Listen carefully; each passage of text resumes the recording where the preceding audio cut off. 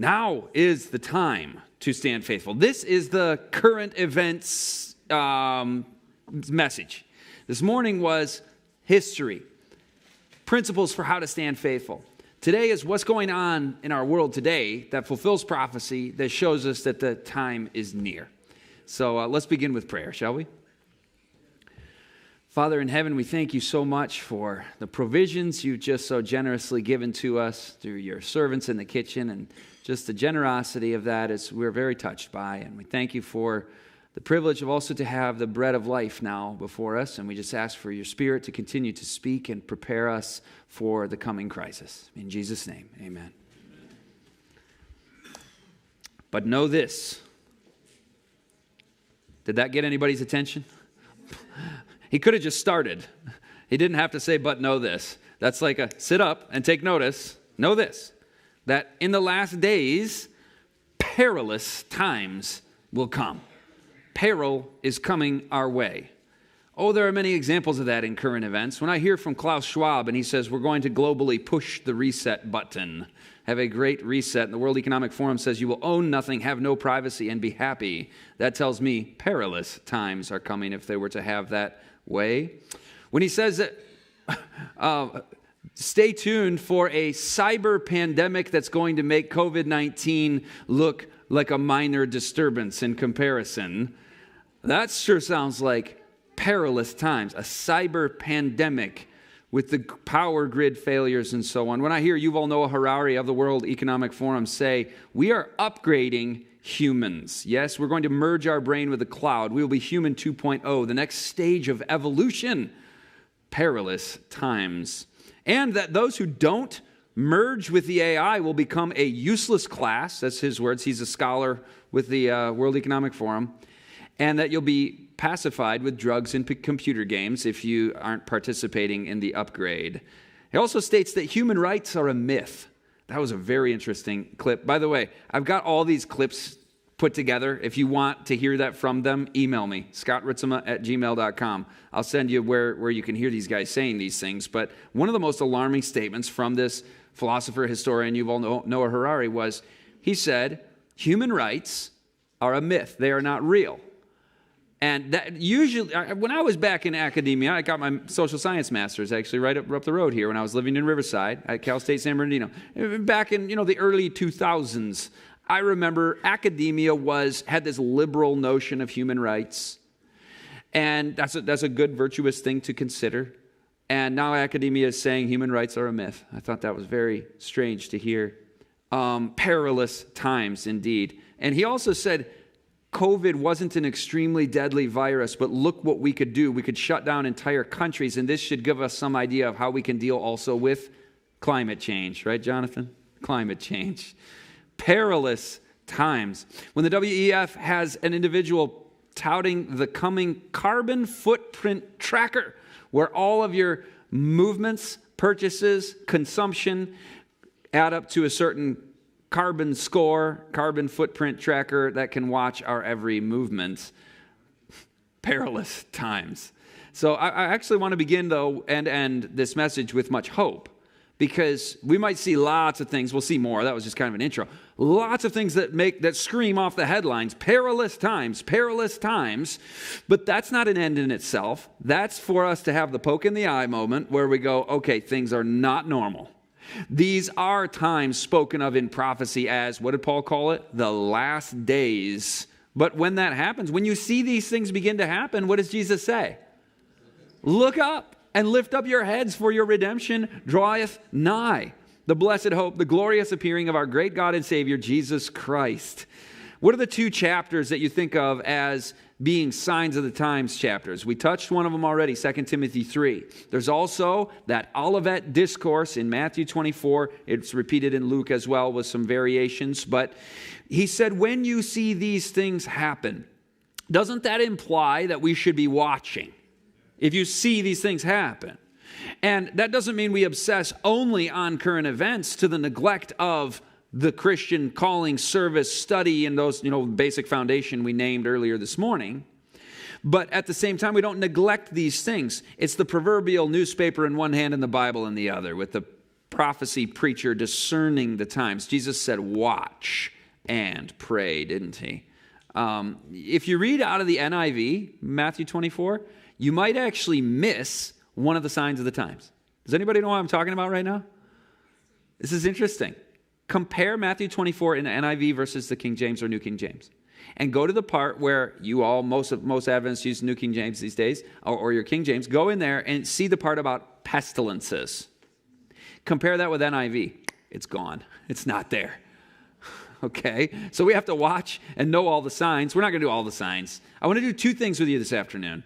Go through 10 signs the end is near, and then look at historical cycles and current issues that point to the time window we are in right now as actually, even from a secular standpoint, being a likely time window for global crisis.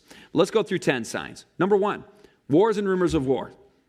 You don't need me to explain that one, do you? The past 2 years almost now since Russia's invasion of Ukraine has seen more and more wars and rumors of war. Middle East, Hamas, Iran, the first ever drone strike on Israel, then the first ever volley of missiles between the West and Russia. These are unprecedented times. The nuclear physicists group, or whatever they're called, that do the nuclear countdown clock, they've got us closer than ever. We're going to look more at that in just a minute on the historical cycles, on the wars and rumors of war. But a second sign of the times is what it says in 3 different texts there: having a form of godliness, but are hypocrites, boasters, and proud.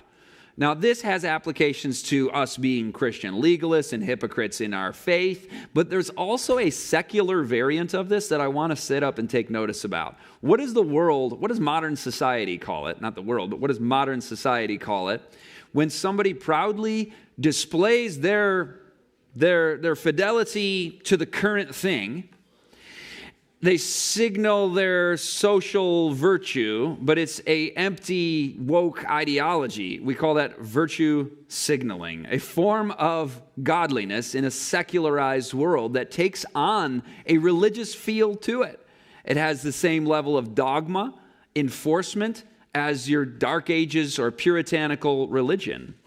A third sign of the times is actually that there's signaling of virtue, but there's not actually virtue and love and law of God, because the lawlessness will abound in the last days.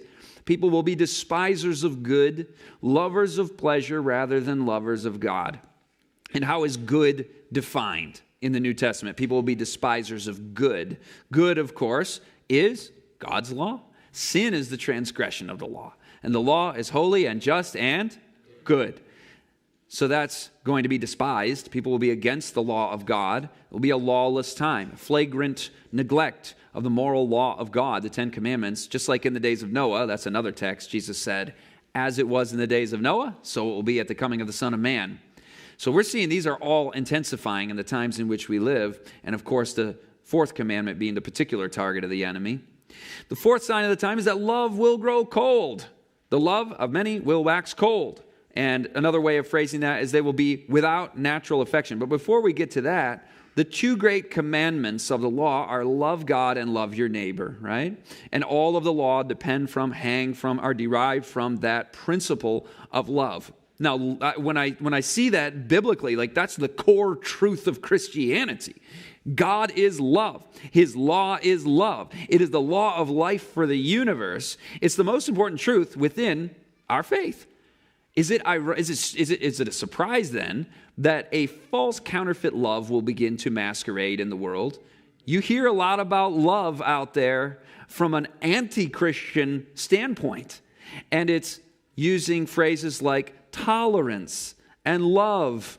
But hold on, I got to tell you a little story.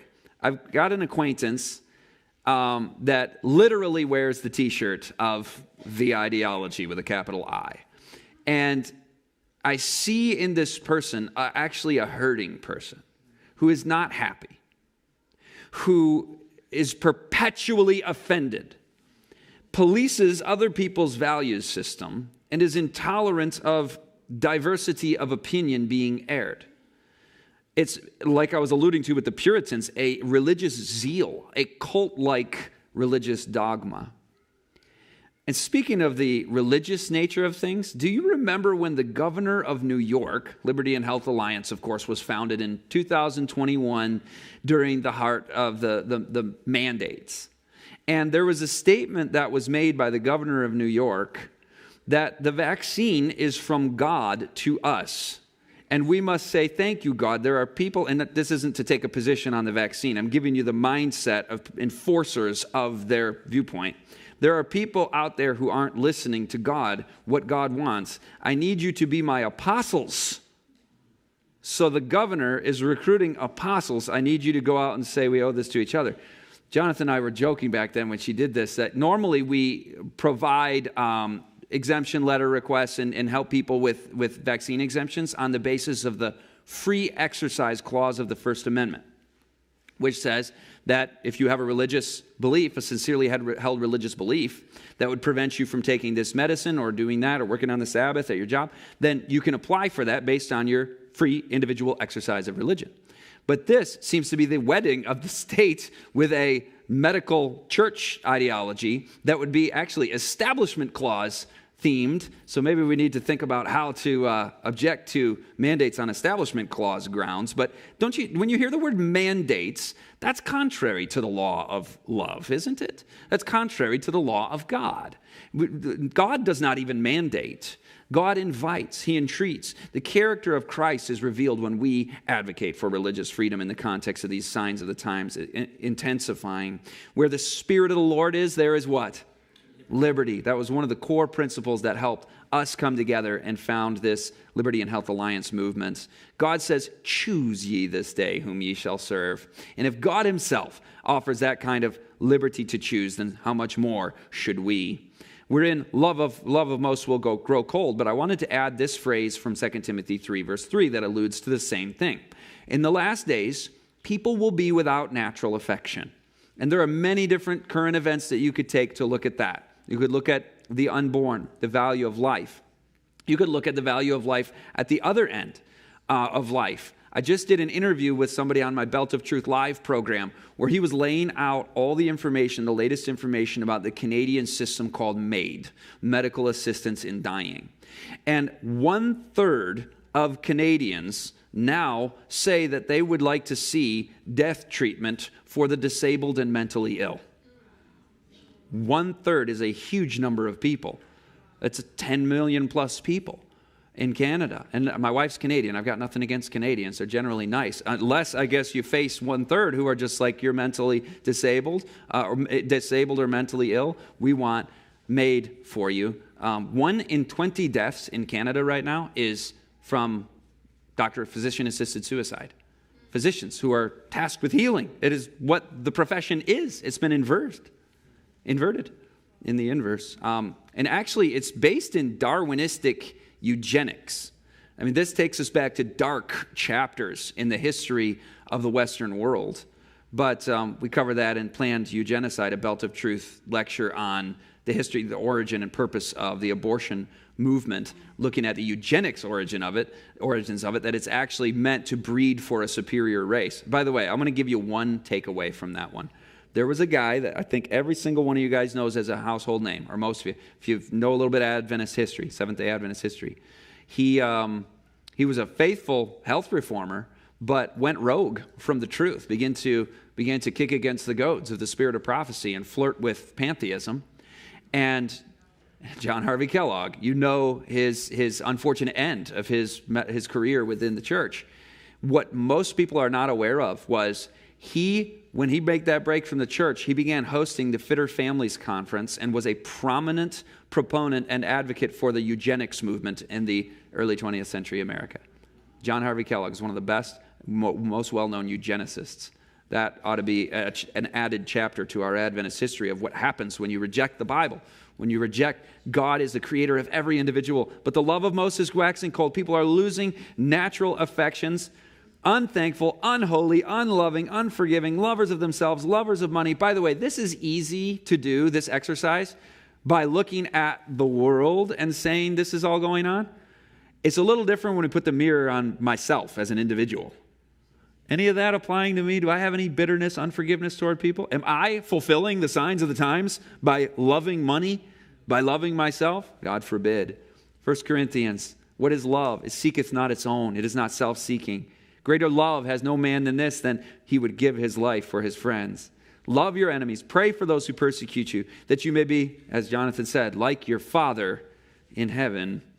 Number 5, division, discord, even violence, civil unrest. They will betray one another, hate one another. Slanderers, traitors. Verse 49 of that same chapter actually says that it will descend into violence. People will be demonized, slandered, betrayed, and hated because they are whatever. Fill in your demonized group of the day. The other. We've just been through one. It was a mass formation event. I've done other talks on that through Little Liberty and Health Alliance, so I won't repeat the mass formation stuff, but they're domestic extremists. They're hate-filled people. It's a pandemic of the fill in the blank. It's the other, and the new high priests of secularism are here, but with a woke cultural Marxist dogma instead of the puritanical feel to it. The politically correct language guides, the cancel culture, the vaccine passports, the police state infrastructure to crack down on the despised group. This was all set up and began to be rolled out, and it seems like we're in kind of a holding pattern. What's the next shoe to drop in this prophetic drama? Well, we know deception will be there. When Jesus lays out the Olivet Discourse in chapter 13 of the book of Mark, he says it 3 times.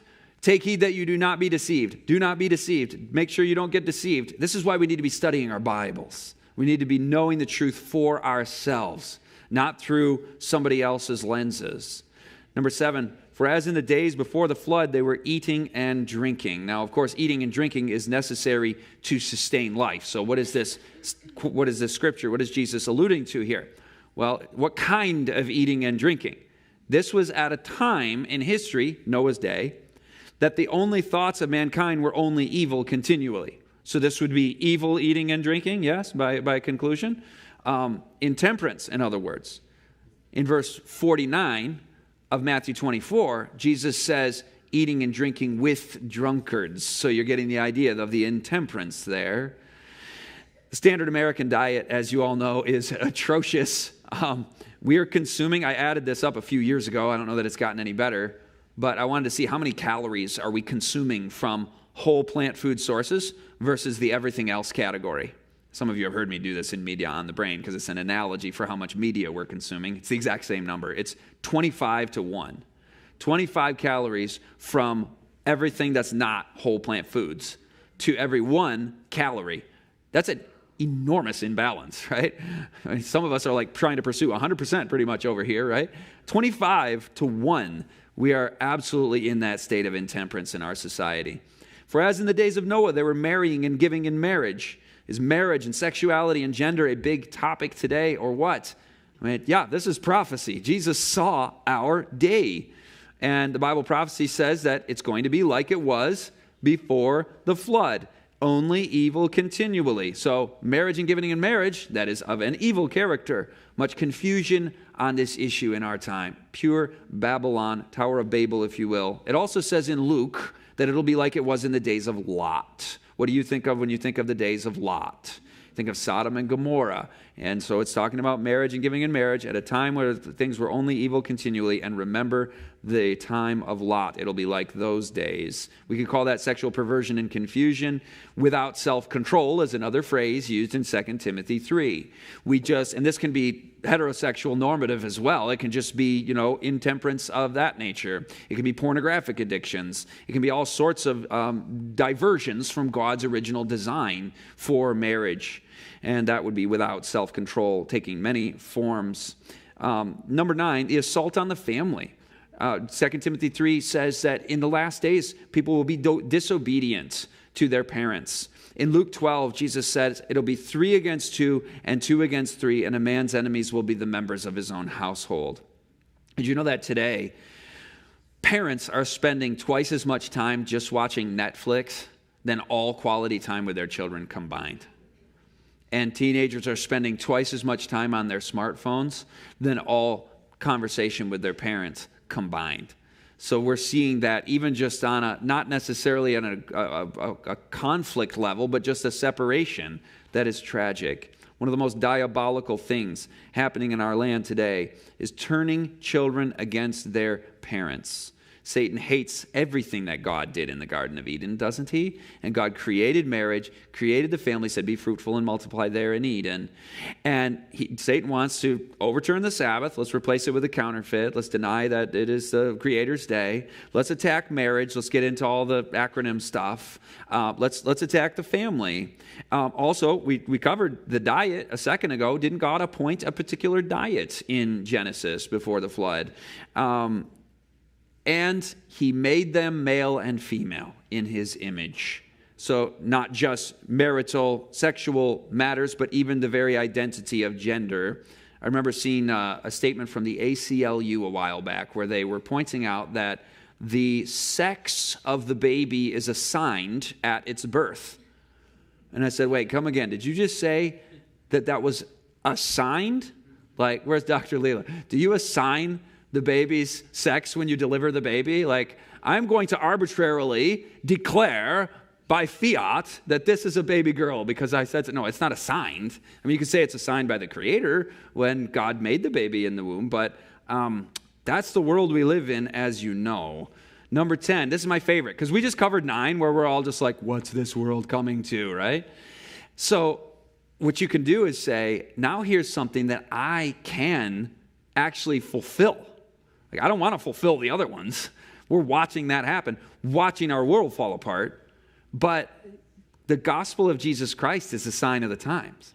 Jesus said, and this gospel of the kingdom will be preached in all the world as a witness to all the nations, and then the end will come. And verse 15, by the way, says that understand the book of Daniel. Let the reader understand. So we want to be preaching the prophecies in particular. The gospel with the prophecies. It's not like either or. It's not like finding the right balance. It is they are preaching the same thing. We're not preaching the prophecies right if we don't have the gospel in it. We're not doing the right thing if we just have an evangelical gospel that doesn't include the present truth of the Bible prophecies. So that's there. The end will come. So a sign of the times. You know the coming is near when we are doing the work of God. Now, I hope we didn't just put a far off the close of time just there, because we're not supposed to do that. 5 or 10 or 20 years. Did you know that quote? It's in Maranatha. I'm sorry I don't have it with me. But there's a quote that says, don't put the close of time far off, 5 or 10 or 20 years. So 5 was the lowest number stated there. And so I always want to assume the coming of Jesus is imminent. We are preparing and preparing others right now and doing this work of the gospel, and particularly the everlasting gospel, following its 3 components in the third angel's messages. The judgment has come, Babylon is fallen, and don't take the mark of the beast. 3 angels' messages. For as the lightning comes from the east and flashes to the west, so also will be the coming of the Son of Man. But he that shall endure unto the end shall be saved. So that was probably the most rapid fire 10 signs of the times. But didn't you like the last one the best? We got to do it. We got to actually do it. That was one of the 4 foundations of basic Christianity, right? Prayer, study of God's word, service of others, and soul winning, witnessing. And those are combined. You know, we do that as the right arm of the gospel. We do it with Christ's method alone. So these are all woven together. We do it with prayer based on our study of the Bible. So they're not 4 isolated things. They're one package deal. Now, I promised you a little perspective on the cycles of history and where we stand right now, even just from a secular perspective. And so that all was Bible prophecy. What I'm about to do is not Bible prophecy. It's looking at history and current events through social science lenses, okay? And I realize I'm in a medical community, so when I say social science, everybody should collectively slightly scoff at that. I do, and I'm a social science guy, because it's not really hard science. Social science? It's fuzzy science. So just realize that's where we're venturing right now. We've seen a sure word of prophecy, but I want to share with you some interesting things that came to my attention as I was studying into the time in which we live now. This was a book published in 1997 by a DC think tank tied with high-ranking, powerful individuals. It was funded by wealthy corporations, the NSA, and other representatives of the ruling class in D.C. And they made, in 1993 to 5, when they were putting their ideas together, it was finally published in 97, they made predictions as futurists. And that's not a proxy for prophecy, I'll say it again. But this is what the power elite are expecting to see, and they called the name of the book 2025. And I've had so many people listen to a segment like this, and they're like, I can't find the book, Brother Ritsema. Because, if you just Google book 2025, you're going to have a hard time finding it. Email me, and I will send you a link to the PDF of the book, scottritsema@gmail.com. I'll send you a link if you want to look at it. But I'm going to summarize what's in this book. What predictions did these futurists make? And I'm going to share with you a bunch that they got right, and then a few that haven't yet fully transpired, that if they are also right about those ones, we can expect a likelihood of these additional items to be coming our way in the near future. Now, they were pretty uncanny with some of their predictions, which is why I bring this to people's attention, because they got some interesting things very right. First thing they said, and this one wasn't quite as hard, but they said the majority of the world's population will become metropolitan by the year 2025.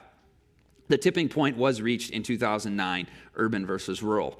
By the way, did I tell you the name of this group?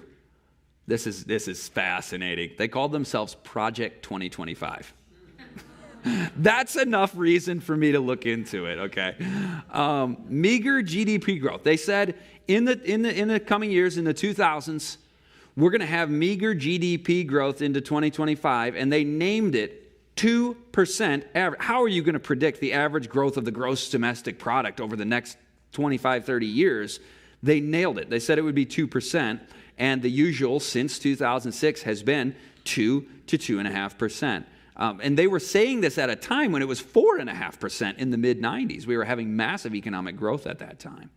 They also predicted a automobile that would get, and they didn't understand equivalency of MPG, but they said 120 mile per gallon cars, and then you get the Chevy Bolt, the Toyota Prius, equivalency to 128 EPG, 119 EPG, right in that same frame.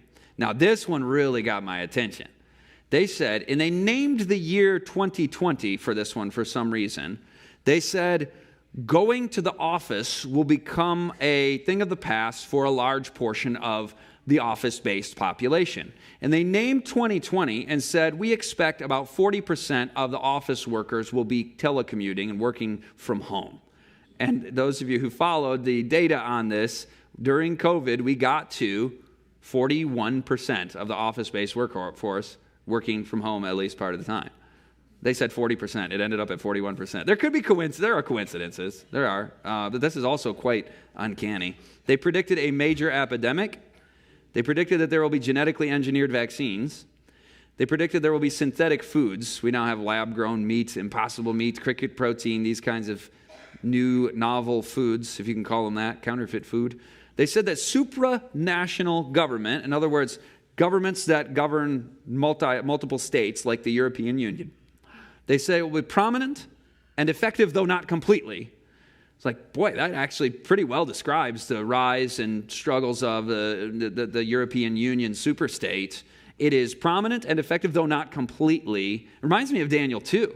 What did Daniel 2 say? That they will attempt to cleave, even through mingling the seed of men, but they shall not cleave. And that was the history of Europe. Same thing here. Terrorism will rise, they said, fulfilled in a major way, of course, 9/11 through especially 2015. They predicted virtual communities globally before it was called social media. Virtual communities globally. They predicted face-to-face communication will be available to any place, at any time, from anywhere, for which I am so grateful, because I can see my family today after we're done, if they're not in bed. Yeah, they saw this coming. They also said secular substitutes for traditional religious beliefs and rituals will exist for a substantial portion of the developed world. That's kind of what we just covered with the virtue signaling and all of that. They said sustainability will be the central concept and organizing principle of in environmental management. You might remember the 2030 agenda that was launched in 2015. It was all about sustainability, involving that global warming and all of that. Artificial intelligence devices will flower as aids to professionals. They said this in 1997. This one literally became a reality in the last year or two with ChatGPT and everybody going AI and professional world. Smart homes. They have an entire chapter on how everything in the home will be connected to the Internet of Things, the smart everything, the smart home. And so that certainly transpired as well. I'm going to just go fast through the rest. nanotech devices, genomics and medicine. Vegetarianism will be brought to the fore for health, environmental, and ethical reasons. Machine learning will surpass that of human beings' ability to learn. Family size will be below replacement rates in most advanced nations. Family size will be above replacement rates in the less developed world. A worldwide popular culture will emerge. National universal health care will be a big thing. The cost of energy will rise. Computers will translate human languages. Environmental degradation, especially in the developing world. More schooling. The multinational corporation will be the world's dominant business form. Privatization of many highways. Population will rise from 5.6 billion to 8.4 billion, which they pretty much nailed. So they got some stuff right, huh? That's significant. And some with the conspiracy lenses on, you're going, I don't think these are predictions. These are plans that are being announced. So take your pick on your approach to this, but it is what it is. A lot of correct calls. If you've ever tried to predict things that are going on in the world, and you realize this is not easy. This is not easy. Futurists, okay, the weatherman can't tell me whether it's going to rain 3 days from now or not. So I'm a little skeptical of that, but hey, they nailed a lot of things. They're not prophets. This is not false prophecy because it's not prophecy. It's people in the secular world watching trends and trying to make these calls. So they got those right. Now I want to share with you, under the theme of the afternoon, now is the time to prepare, that if they get these next ones correct in the coming short period of time, I guess, I'll give them a little leash past 2025 for reasons you'll see in just a second, but here's where you want to brace yourself with the security on the foundation that is Jesus Christ. What I'm sharing with you is pulled from a seminar that we released earlier this year through Belt of Truth Ministries, and it's called I Will Not Be Moved. And we're going to end with Psalm 46. It's going to be wonderful about how we will not be moved. But I got to level with you and break it to you. If these things were to transpire as these guys expected, we would expect World War III. They actually made that call. Nuclear device causing widespread contamination, additional epidemics, cyber attacks, or in their words, computer-based socially significant crimes such as tampering with air traffic control or national security systems. That actually has happened this year. That happened since I put these slides together. A global currency and mass starvation. These are not random dudes just throwing stuff at the wall. This is well-funded, well-connected DC think tank in the national security apparatus. And then when I look at the WEF, you've got the angrier world that Klaus Schwab says is coming, an angrier world where we will have more scarcity of food and of energy resources. Then you get also this global currency thing. The WEF is also calling for that. So it's like a lot of the things these guys are predicting are now being called for or are occurring already. The WEF says, is it time to introduce a global currency? Prophecy students, do you find the notion of a global currency to be significant perhaps, or a central bank digital currency, everything going digital, cash being abolished? That's the direction we are moving. Additional epidemics. This was interesting. Do you remember an interview between Bill Gates and Stephen Colbert in 2020 where Bill Gates said, you know, all the things we're learning, all the tools we're rolling out to deal with a pandemic right now, we're learning how to do this so that when pandemic 2 comes, we will have our strategies in place. And when he said that, I totally had forgotten about this till I went back and looked at the clip. Colbert asked him, what do you expect? This was in 2020. He said, what do you expect 5 years from now? And that was when he said, pandemic 2.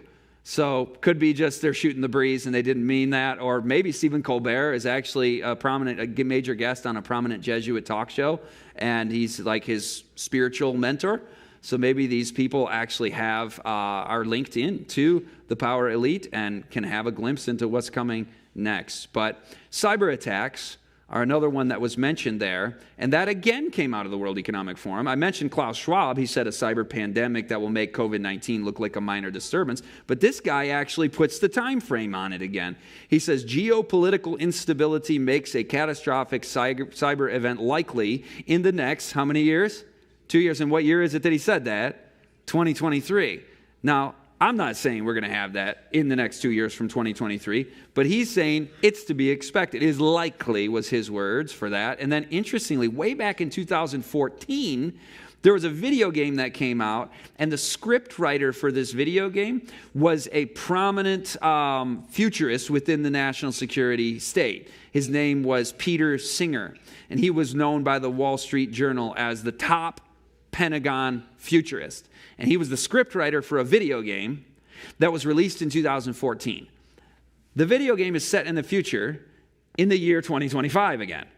And the theme of the game is to prevent a catastrophic cyber attack from occurring in a new Cold War context with China.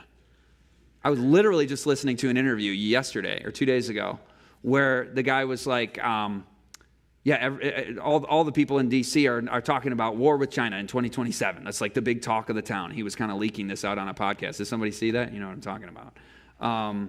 So they're gearing up for it, and there have been these kind of signals coming. So for our purposes, again, it's just be ready. Be ye also ready. And you know what? We should always be ready. If all of this content and data from these futurists and these leaks and these weird placements, if they all pointed to like 2035, like I wouldn't change my life one bit right now, right? Enoch walked with God for 300 years, and then God took him. And we are the Enochs. So we don't need the urgency, but the urgency can give us the collective poke in the eye wake-up call that sometimes we need to say, now is the time, the name of this message. Have you ever read in the four horsemen of the apocalypse? They're of course showing us church history, but it's interesting that there's war. The first one represents war, the second one famine, and the third one plague, right?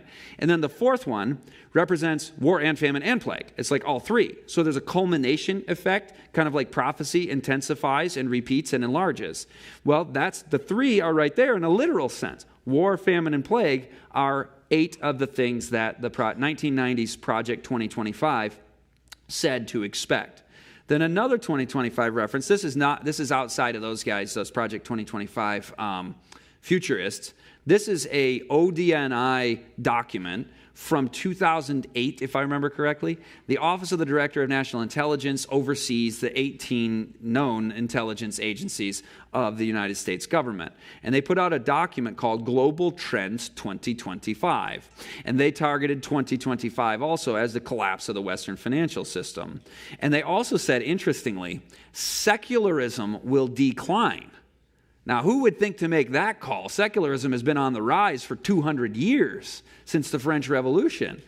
And they said, no, it's actually going to decrease, and you will find religious organizations and movements that will increase in power. So in the context of financial collapse, you have secularism rising and religiousness increasing, counterfeit revivals perhaps, papal reaching across the arm with the apostate Protestantism and spiritualism, perhaps? Not perhaps, we know that's coming. When I hear religious organizations rising and authoritarian enactments rising, that's another thing they said. They said liberalism will fade. And that makes me think of the papacy for sure, especially when you go to their number 7, which I didn't get to yet, did I? Oh, this is the best. So they had 8 things, right? We had 6 on the screen. Here's number 7 and number 8. Number 7, and I'm keeping the papacy up on the screen for reasons you, I think, could fill in the blanks there, read between the lines. But secular futurists from the 90s, calling themselves Project 2025, who got all those things right, like some of them to the exact number, they said expect, by the year, around the year 2025, universal monitoring of business transactions and smart ID cards. Ready for it? I've taken a picture in the book, underlined stars, so you can see it right out of the book. Smart ID cards that everybody will carry, including your religious and organizational affiliations. Identification cards will be universal, perhaps even key data from one's genome, religious and organizational affiliations listed on everybody's smart ID card in a time of universal CBDC, cashless society, financial collapse, rise of religious powers, war, pandemics, etc. Take a deep breath and be still and know that He is God. I don't know how this hits every person in here. To me, I get excited. I'm like, the Lord is coming soon. And I already knew that, but now I know it even more, all right? But it's not just for that moment of, woohoo, yeah, we're seeing Bible prophecy fulfilled. The Bible is so true. Jesus is coming so soon. We're going to be in heaven so soon. It's not just for that. It's for winning souls of the lost. We've got to take seriously our mission, our calling, our charge to be reaching people with the gospel. Last thing, so that was the Project 2025 people from the 90s. This is the historical cycles piece, and I get more deeply into historical cycles in the I Will Not Be Moved seminar. I'm just giving you bits and pieces of this right now. But I had a degree in history, and everything was always timelines in history, right? That's the Western worldview, to look at history as a continual timeline. But I have a question on the screen. Is history linear or is it cyclical? And also another question, is history progressive or is it regressive? Now, Bible students, think biblically here. Always think biblically. But think, what is a proper philosophy of history for a Christian? Is history linear or cyclical? Is it progressive or let's take the second question. Progressive or regressive? Would you say that the history of humanity is progressive or degrading over time? I think you're right, and I think whoever said progressive is right. Because there are two tracks in history, aren't there? The sons of God and the daughters of men. The saved and the lost. Sorry. So you've got those who are growing up to the measure of the stature of the fullness of Christ. The wheat growing unto the harvest. And you've got the weeds growing unto the harvest as well. But what the history profession gets wrong is they're missing something. Do you see the arrows just pointing? That one, they have it up, but whatever. Whether it's up or down, whether you have an optimistic view of human progress and the Enlightenment, and a lot of the history profession will look at it that way. That's not the point now. The point is they miss this. There's an end to history, isn't there? And I don't mean Kiyosaki. What's his name? It's not. Who's the guy that said the end of history? Oh, ask a history guy. Come on. Oh, it's not Fukushima. It's not Kiyosaki. There's a Japanese name. They're the guy said we've arrived at the end of history. It was a famous essay in the 90s after the Cold War ended. What is it? Not Nagasaki. You guys are just messing with me now. Fukuyama. Francis Fukuyama. Yeah, Francis Fukuyama. He said we've arrived at the universalization of liberal democracy because the Soviet Union fell. And all Christians are going, are you joking? Bible prophecy ends with repression, not the universalization of liberty. But it doesn't end there. It ends, and then we continue, don't we? So I've got that bar dropping down there at Christ's second coming, but there's actually more to the story still after that, as you know. But I want to superimpose, try this on for size. You thinking with me? Think, okay? I want to superimpose the cyclical over the linear. Because I think you guys are right. There's a lot of degradation of man. You agreed with me, the wheat are growing too. But aren't there also cycles in history? Think about just the very movement of the heavenly bodies. Time is a cycle, a continual cycle. So of course we would then recognize that history operates on cycles. But the Western worldview has really gotten timelines in our head, so it sometimes takes a little bit for us to think about that perspective as well. I'm going to propose that they're both biblical when done right. The Eastern view of things is that everything is a perpetual cycle. That's not right. I've got cycles moving forward on the timeline. Do you see that? So there's a cyclical element to the timeline of history that is taking us to a destination, Christ's second coming. And here's some cycles. Pride and wickedness breed destruction and suffering, which breed humility and repentance, don't they? Which lead to righteousness and prosperity. Which then, when we get spoiled, lead to pride and wickedness, which lead to destruction and suffering. Is this the history of ancient Israel as well? Ancient Rome, hard times make strong men, they said. Strong men make good times. Good times make weak men. Weak men make hard times. And hard times make strong men again. And it cycles. In fact, Roman historians were able, it was such a long empire, they were able to observe after some time enough of their own history that they noted that things were cycling in 80 to 110 year periods of time. So this is not some new scholarly thing. I'll tell you about the fourth turning and the scholars who are looking at this right now. But this has been seen way back then. In fact, in their pagan worldview, they earned reputation as prophets because they were predictive in their analysis of history and what to be expecting next because of cyclical trends. It's not a rule, it's not a law, but they're tendencies. Here's another cycle, just so we can get the idea that things do tend to cycle. A history of an empire tends to go like this from birth to death. Bondage. In the biblical, we were slaves in Egypt, right? From bondage to spiritual freedom, let my people go. Spiritual freedom to great courage Do you think of Caleb and Joshua when you think of great courage? From great courage to liberty, as well as its corollary danger, libertine living. Everyone did what was right in his own eyes. Liberty leads to abundance, land of milk and honey. Prosperity is derived from a free society. Abundance leads to complacency. God warned the Israelites, when you get into the land of Canaan, don't think my hands have produced this wealth, and forget your God. That's complacency. And complacency leads to dependency. And you're right back at, give us a king. We want to be slaves again. We were slaves in Egypt is where we started this. And Samuel warned them, you don't want a king? He's going to do this to your children. He's going to tax you this way and that way. But that's the cycle we human beings tend to do, isn't it? Empires, by the way, are most dangerous when they're dying. They become reckless, foolish, and evil. Is America at the end of an imperial cycle? Think about this. Let's look at this cycle and apply it to U.S. history. Poverty brings patience. The Revolutionary War era and the early formation of our republic. Patience brings peace, relative peace for that period, at least in the early republic.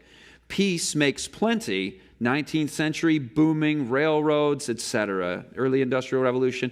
Plenty makes pride. Gilded Age, Reconstruction, post-Civil War era of corruption, and the beginning of empire, because pride breeds war, and the American imperialism adventures began in 1898 with the Spanish-American War and the acquisition of colonial possessions. War brings spoil. That sure is the post-World War II era, isn't it? And then spoil brings poverty. Are we on the brink of that? Are we so into the spoil, becoming dependent again? Can I show you one more cycle of 7? It's interesting how it's 7, and we're at the end of it in America right now. Here's another 7. It's not cycles, but there have been 7 party realignments in American history.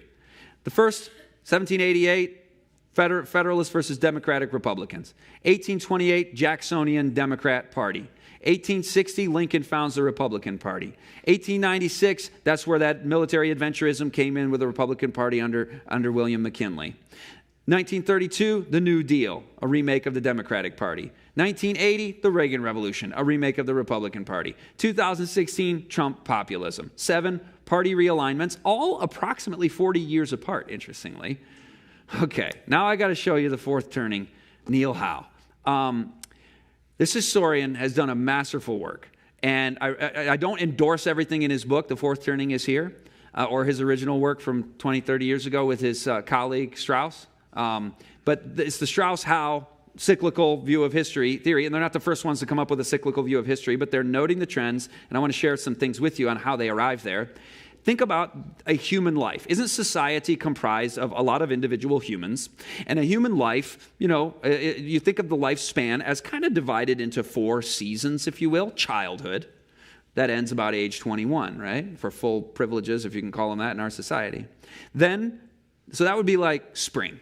The summer season of life would be from 21 till you're going to be middle-aged. Now, I may not want to face the facts on when they divide this demographically, but they tend to do it by who was the youngest president ever elected, and that was age 43. So then after 43, you're in middle age, you're in the fall season. And then when do you have full Medicare benefits as a senior? 65. So that's your winter season. I think winter is beautiful, by the way, to the seniors in the room. The hoary head on the hoary mountains and so on. So it's beautiful. So viewing history as a succession of generations is actually a biblical way to do timelines. It's so-and-so begat so-and-so, he begat so-and-so, and he died. So thinking about this in terms of generations, age groups that form a culture within themselves. You know it. When I say baby boomers, you're immediately thinking some ways they were and are. When you hear Gen X, you're starting to think about some ways that they are. And this is all taking us somewhere to the crisis scenario we're going to, because each of these seasons has a flavor to it, the way that it is. But if human beings have 4 seasons in their life, and generations form around collections of human beings, and societies are formed by those generations of people, then perhaps history might kind of cycle in spring, summer, fall, and winter over a 80 to 110 year period of time, perhaps. and that's where Neil Howe comes in. And he's looked at 80 to 105, the period he refers to as a seculum. And I want to say this is not some sideshow, like, goofball history. And I'll say I never heard of this in all my history profession until after academia and studied this. So it is kind of marginalized in the history profession. But Al Gore said he really appreciated the scholarship of these guys. So this is at least respected by the power elite themselves in Al Gore's case. So I want to describe for you from the book the season of the crisis season, the winter season, because that can tell us if we are in one of those, then we can also expect, just like maybe those predictions make us be aware of the potential for, can we expect some things to be cycling in about now? So this was a crisis season, this was a crisis season, and this was a crisis season. Do you recognize those three? When you look at Howe's cycles of history, you get the American Revolution, the War for Independence, as a winter season of history. 1781 was the British surrender to the Americans. 1781. 1861 was the beginning of the Civil War, and 1941 was the U.S. entrance into World War II. Did you notice something? Those were exactly the same periods apart. 1781, 1861, 1941. Well, that's kind of interesting. So then shouldn't we expect in 2021 to be starting to see some major crisis if the cycle would continue? And by the way, we're going to bring prophecy back into this little social science exercise we're doing to see that God is sovereign. I won't get ahead of myself. You'll see the scriptures on that in just a moment. But it's interesting that the COVID war, if you will, one of the greatest, biggest, most tumultuous events in most of our lifetimes happened in just that time period. Also, it's interesting that crisis seasons tend to bring out notable presidents. Historians rank their best presidents and so on, and you get the three probably most well-known presidents that came out of crisis seasons, winter seasons, if you will, in American history. I want to zoom out and go to Anglo-American history, because this is really where it's going to come home to us.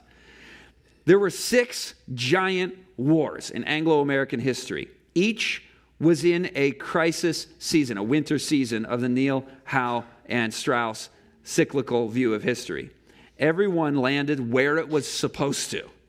So it begins to be almost predictive, not in the sense of prophecy, but in where you go, I think there is a likelihood that now in this time range, we might expect giant war. And maybe war changes forms. Maybe we're looking at, 5th generational and information and blah, blah, blah. And then maybe it won't be the kinds of wars we've seen in the past. But I want to ask these questions about coming crises in the winter season that we live in, because what is the most likely time window for a fulfillment of Revelation 13, which we cannot set dates for?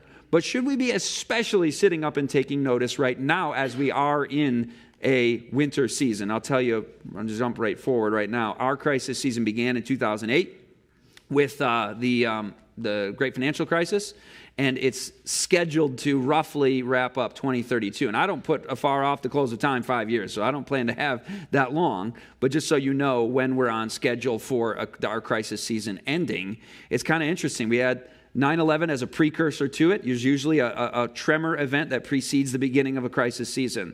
Then the crisis season begins usually with an economic event. And then there is substantial war in the latter half of the crisis season. So that's what we're wondering about, is how does this relate to Revelation 13? You know what summer seasons are like? Some of you lived through one. I've not lived through a summer season. I've only lived through a fall and a winter season.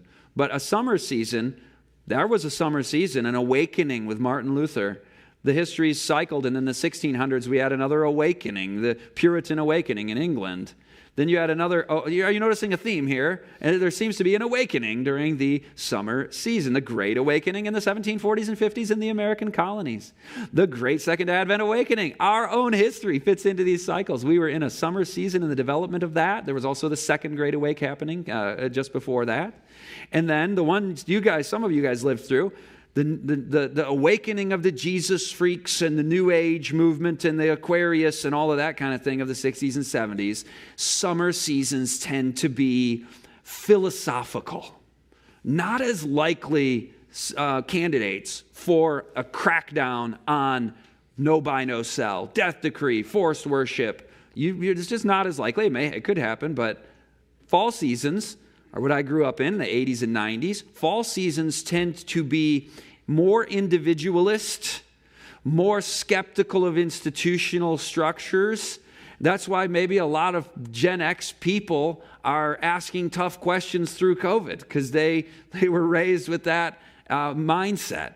And it can get obnoxious too, by the way. I realize we can be that way, a little flaunting our individuality excessively and not being like Gen Z. My kids' friends, these are the nicest kids. Has anybody noticed kids are nicer now than they were 15 years? They were sure nicer than I was. I can tell you that. The demographics, I'm looking at generational demographics, and Gen Z tends to be wanting to please their teachers and parents more than my generation did. And so I find that to be a positive thing. We'll get to them more in just a second. But an individualist culture is also a less likely candidate for the whole world wondered after the beast, right? So you wouldn't necessarily think that fall season is going to be the top candidate. It could happen, but it just doesn't. Cultural individualism doesn't fit as well with the whole world wonders after the beast scenario. How about winter, though? When you transition from a fall season to a winter season, 2008 to our day, you move from more individualism to more collectivism. Have you noticed that with the COVID stuff, with the woke? There's more of a group mindset. It also moves into conflict and conquest of opposing ideologies. We enter more into a tribal, group, collective mindset in the winter season.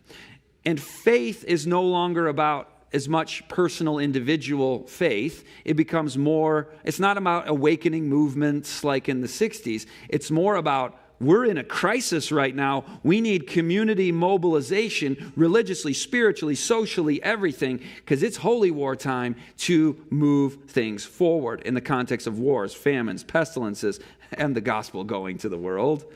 So what to expect during a crisis, this is from the fourth turning, consolidation of political power to meet the crisis. Did that happen? I mean, we've already seen the second half of our crisis season transpiring with the COVID lockdowns and mandates and so on. Maximum collective energy. Leaders redirect all institutional efforts to meet a common goal with an intensity that nobody foresaw before the catalyzing event. Step 2, climax. Little concern about harsh government methods to meet the crisis. From personal fury to public fury. Whether the enemies are internal or external, they become categorized, demonized, vilified. Liberties are restricted, strict censorship imposed. Public action occurs in a tsunami-like momentum, so maybe calling it a season like a winter needs to be giving way to a storm is coming, relentless in his fury. Do you know where I was just quoting from there? That was a lot of words for the last minute or so. Pause on that one. Yeah, that was from Spirit of Prophecy. A storm is coming, relentless in its fury, tsunami-like momentum. I don't normally quote this individual in the affirmative, but this is an accurate statement. There are decades when nothing happens, and there are weeks when decades happen. History actually speeds up, not time, but events. The frequency and intensity of change speeds up during a crisis season. And think about it as like the grand finale of your winter season, of your crisis season. I've read elsewhere that things will happen that are going to burst upon the world as an overwhelming surprise. So, we don't know what's coming next and when. Are we ready now? Be ye also ready. It's not like definitely not postpone, not think about it. Be ready for such an hour as ye think not. These things are going to be transpiring. So, could history break away from the cycles? Absolutely. 2 words, divine sovereignty. Look at this. And except those days should be shortened, there should no flesh be saved, but for the elect's sake, those days shall be shortened. That, of course, already had an application in the time of the Dark Ages. But God can do that anytime. He can shorten the days, for he will finish the work and cut it short in righteousness. This requires our submission, of course, because a short work will the Lord make upon the earth. Or For the vision is yet for an appointed time, but at the end it shall speak and not lie, though it, what? Tarry. So it can be shortened. He can shorten the time, or he can tarry it, delay it. But though it tarry, wait for it, because it will surely come. It will not tarry, meaning perpetually. And that's what makes me think of Revelation 7. Do you get the feeling in this second half of a crisis season when things get the most intense with crackdowns, with crises, with wars? Do you get the sense that we've been in a little bit of a angels holding back the four winds of strife moment for the last couple years? And everybody's just waiting for the next shoe to drop in this crazy world that's ripping apart at the seams. This is what we read in Revelation 7. After these things, I saw four angels standing on the four corners of the earth, holding the four winds of the earth, that the wind should not blow on the earth, nor on the sea, nor on any tree. But I want us to focus now. Why? Why is God giving us today, this week, where we're able to be here and the lights are on? Why is God giving us this time? Here's the answer. He cried with a loud voice to the four angels to whom it was given to hurt the earth and the sea, saying, hurt not the earth, neither the sea nor the trees, till we have what? Sealed the servants of God in their foreheads. Brothers and sisters, take advantage of every day you have. Do not begin your day without being on your knees before the Lord and saying, take me, O Lord, as wholly thine. I lay all my plans at thy feet. Use me today in thy service. Abide with me, and let all my works be wrought in thee. Open his word. Spend a thoughtful hour on the life of Christ. Hearkening to the morning message. What do we behold? To become more like the standing faithful people, we behold Jesus Christ. This is the time to become, my favorite part. What is the seal? Do you know the quote from Last Day Events? The people of God are sealed in their foreheads. And what is this? Okay, what did I call this seminar? I will not be moved.